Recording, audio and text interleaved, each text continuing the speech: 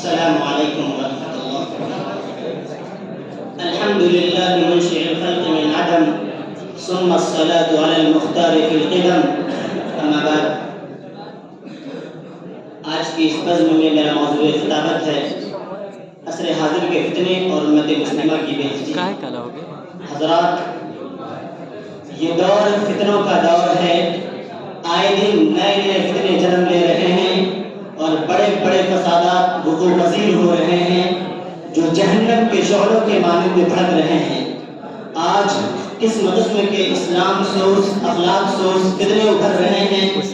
مسلمانوں کی جان و مال، عزت و آبرو، مساجد و مکاتب سے خون کی ہولی کھیلی جا رہی ہے، اور یہ سب موجودہ حکومت کی نگرانی اور اس کی سرپرستی میں ہو رہا ہے۔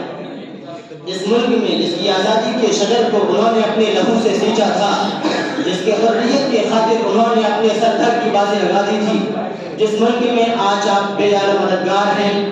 کسی شاعر نے کیا خوب کہا ہے، جب گلستان کو خون کی ضرورت پڑی، سب سے پہلے ہماری ہی گردن کٹی، پھر بھی کہتے ہیں ہم سے یہ اہل چمن، یہ وطن ہے ہمارا تمہارا نہیں۔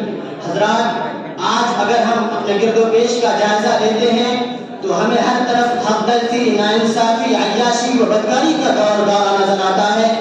گویا کہ ہمارے سماج میں ہر طرح کی برائی نظر آتی ہے۔ ہمارا یہ دور آج سے 1400 سال پہلے کی مکمل آرایا تصویر ہے۔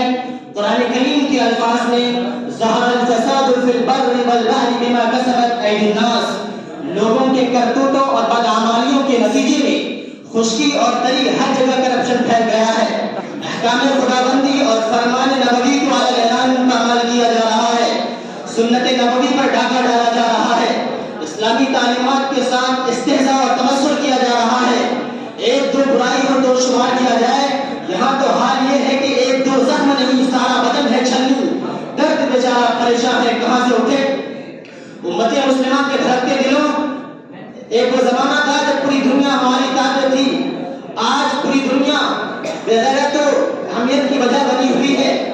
لیکن ایک زمانہ تھا کہ پوری دنیا ہماری تابع تھی، جس طرف قدم بڑھاتے تھے بڑھتے اور پھیلتے چلے جاتے تھے، باطل کی کوئی طاقت اور قوت ہماری راہ میں حائل نہیں ہو سکتی تھی۔